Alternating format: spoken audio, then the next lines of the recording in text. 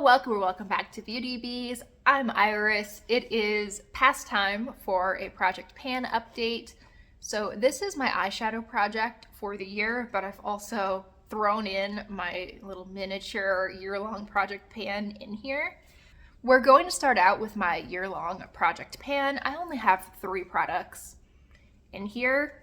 They're all powder products. They're all products I expect will take me quite a while to use. And we're going to start with the one that I have an actual update on.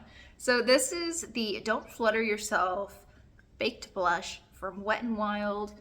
I think you could very reasonably call this a highlighter instead of a baked blush. It is quite old, and I want to get this to a point where I feel all right about decluttering it. And I think I've gotten there. I mean, I still like this product, but I just don't feel enthused about it. And I really haven't felt super enthused about it at any point in the past month or so. It is really nice. It gives a pretty glow to the cheeks. The way that I have been using this is I will start out with a powder blush. Once that's on my brush, I'll dip into this shade and just have the mixture of those two on the cheeks. I find that this by itself as blush is a little much. It's a little too glowy. It's a little frosty, but it is pretty. I don't really love it anymore. So I think I'm ready to let this go. I kind of hoped that I would get to having about a dime-sized pan in there, and it's not close to a dime size in the slightest, but it has actually expanded quite a bit from my intro video. So I've gotten some good use on that. I'm just ready to move on. And I haven't decided yet what I want to replace this with. I'll have that figured out by my next update. Another blush, but this one is actually like a true blush, that I'm working on is this Etude Lovely Cookie Blusher in Peach Shoe Wafers. And I've been working on this for ages. I had it in my project pan most, if not all, of last year just to hit pan. I was so sure that I was going to hit pan on this in the past couple of months, and that did not happen. Every single time I use this, I'm like inspecting it afterwards to see if I've hit pan. I just feel like I'm very, very close, but it just has looked exactly the same for months. I use this almost every time I do my makeup. I haven't been great about doing my makeup really consistently over the past few months, though. I've really probably been doing my makeup like 3 to 4 times a week, which is quite low for me. I usually, if you go over the past 10 years or so, I would probably be doing it more like 6 or 7. But I don't know. I haven't been super enthused about a lot of makeup lately. And maybe in a different world where I was more excited about makeup in general, I would have hit pan in this. But this is not that world. But I really want to see pan in this. Like, I'm not enthused about it anymore. I'm not excited to use this, but I want to see pan. I will see it. It will not defeat me. So I'm coming for you, Etude.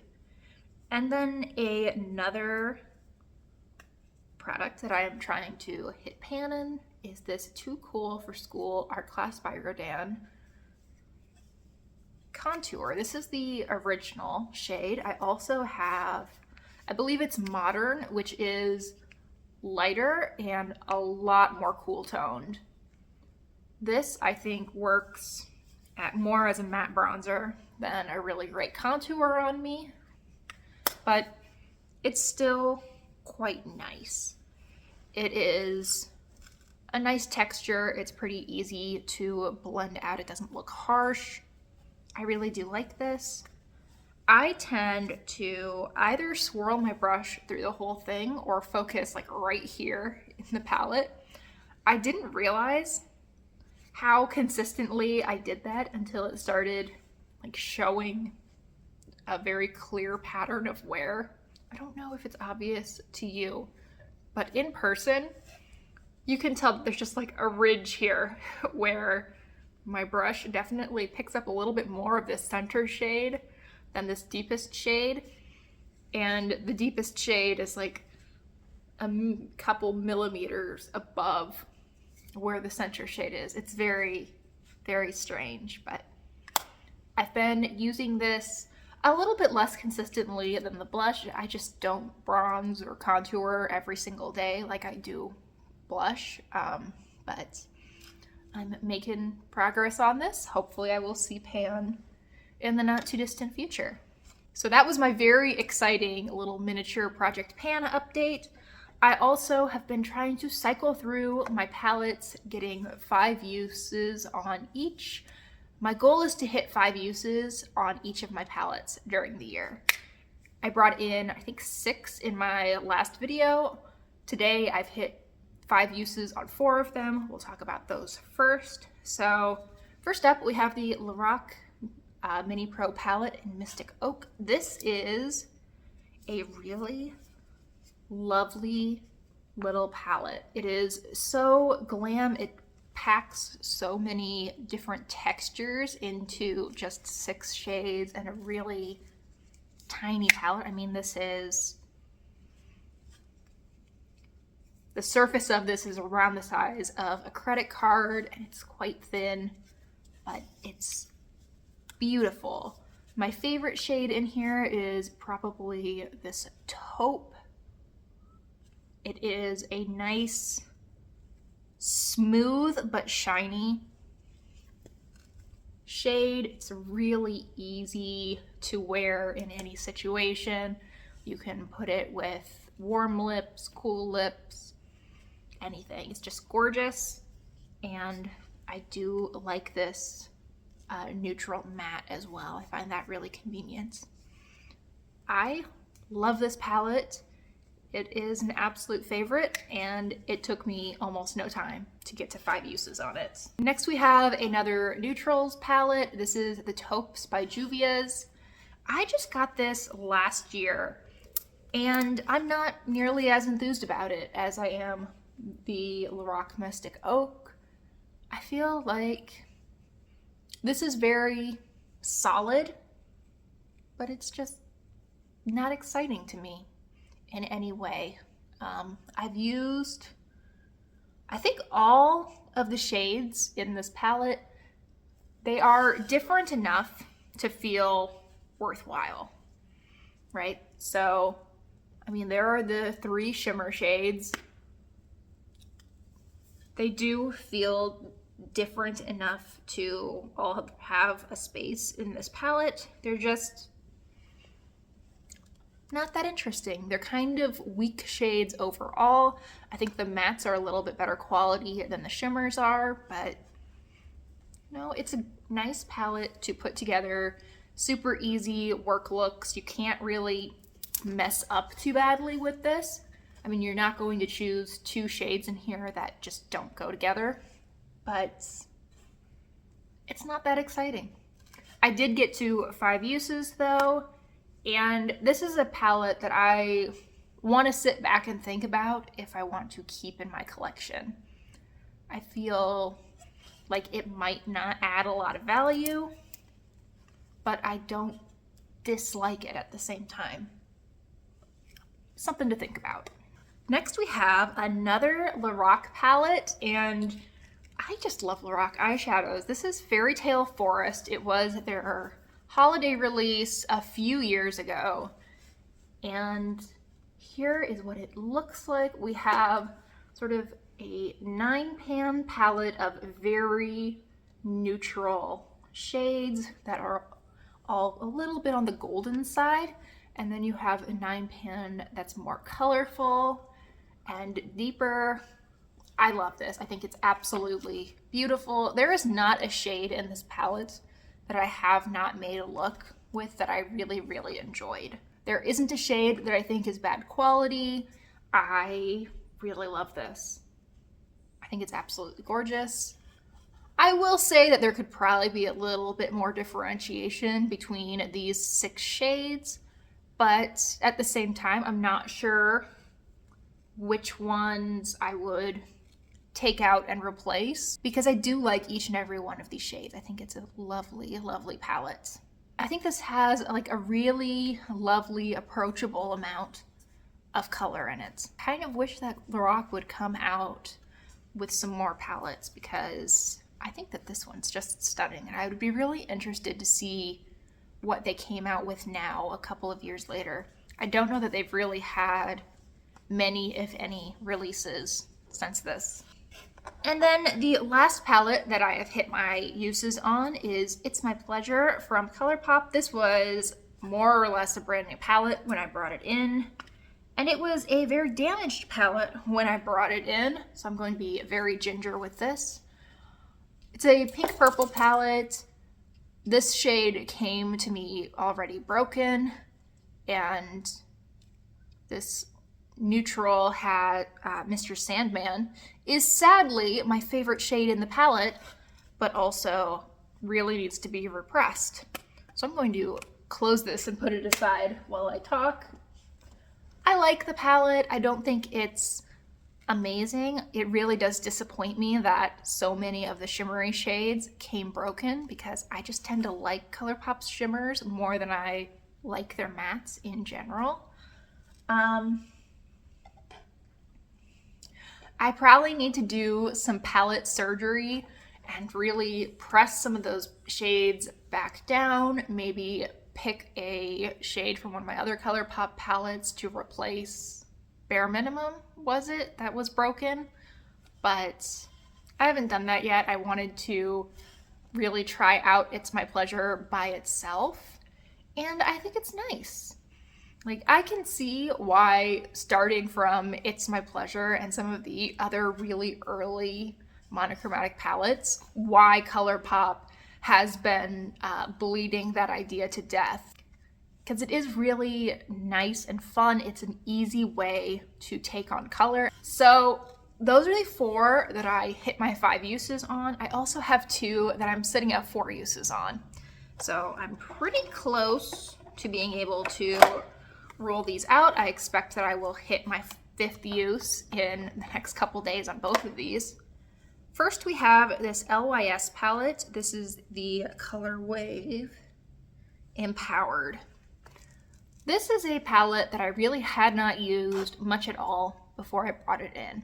I have had it for several months, actually. I think I bought it back in like May of last year or something, but I bought it at the same time as another palette, and that palette got all the attention, and this one just kind of sat in a drawer. I mean, I'd used it a couple of times, but not too much at all. I am actually growing to quite like this. I did a look yesterday that really focused on this berry shade, which is not a shade that I would generally find myself pulling for, but I ended up really liking the look overall. It was overall like a very dusty rose monochromatic look, and I thought that this ended up being really very pretty.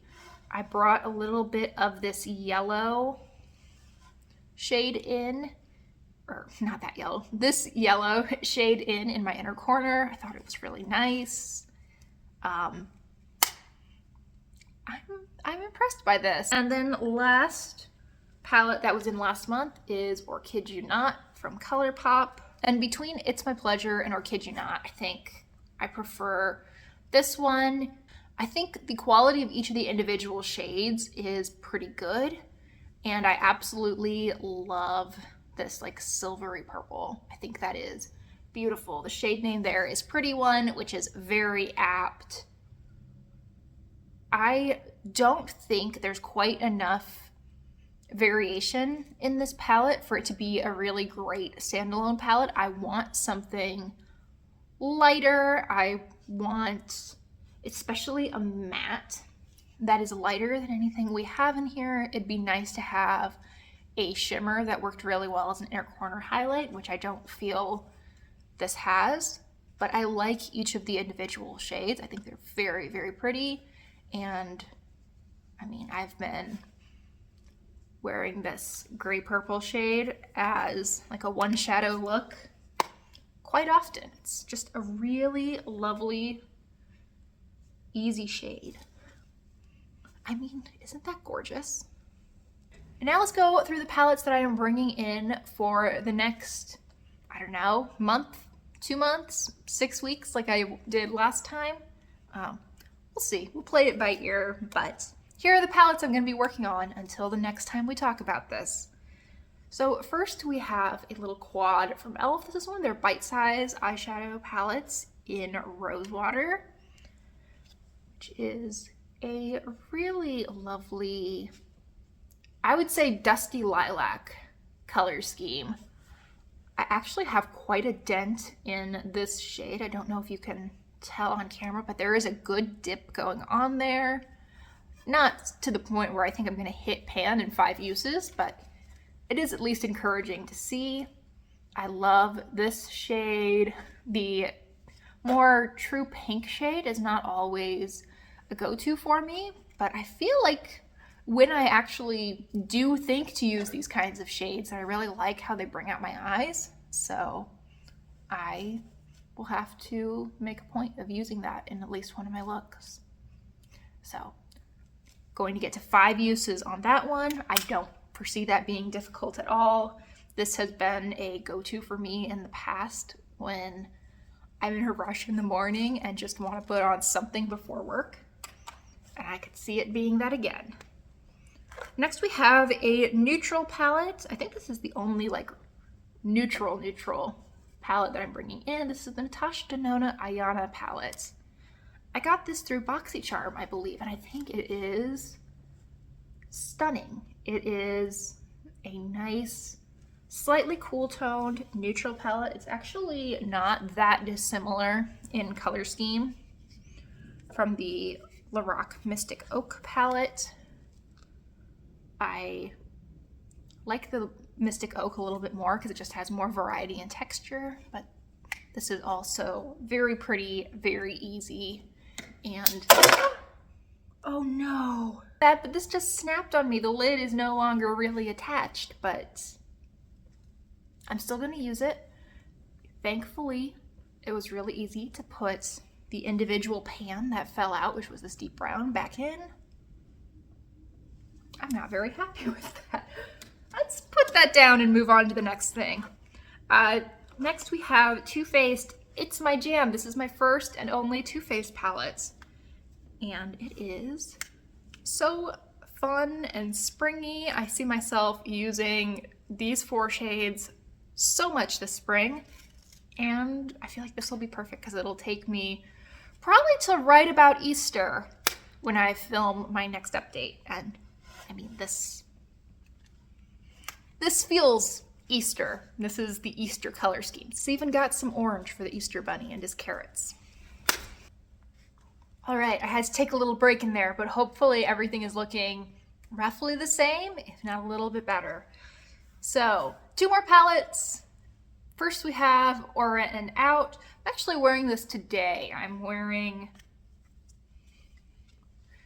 this shimmery peach all over the lid, and then I put a little bit of this pink in my outer corner. And I think it looks really nice. Kind of an easy, springy look.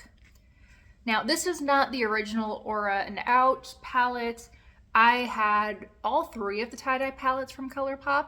They had 3 9-pan palettes that they came out with like right after the first wave of lockdown ended. I bought all 3, and I have since collapsed them into 2 palettes, decluttered some shades, and I have, this is the warmer of the 2. I have one that's more blue, purple, and like cooler pinks. So I do like this one though, and I feel like this is another one that's just perfect for spring. It'll be really fun to get to my 5 uses on it. And I guess I only have 4 to go, because 1 down. And then last but certainly not least, we have my Natasha Denona Retro Glam palette. This is quite possibly, not quite possibly, I'm almost certain this is the most expensive palette I have ever purchased. It still wasn't that expensive in comparison to how much it usually costs. I think I got this for around $20 to $25 on Ipsy. It's usually like a $60 palette, which I think is a little bit much. However, it is beautiful, actually matches my outfit really well today. I think you can tell this is kind of a color scheme that I like. Lots of pretty greens. I like this sage green and pink combination. There's some pretty neutrals in here as well. Slightly cooler toned neutrals, which are my preferred neutrals anyway. I just think this is beautiful, and it will be another one that just feels perfect for this time of year. This is a very spring palette and a very pretty one. So I think that wraps things up. Thank you so much for watching. I really hope you enjoyed. Please consider liking and subscribing, and I hope I see you guys in the next one. Bye, y'all.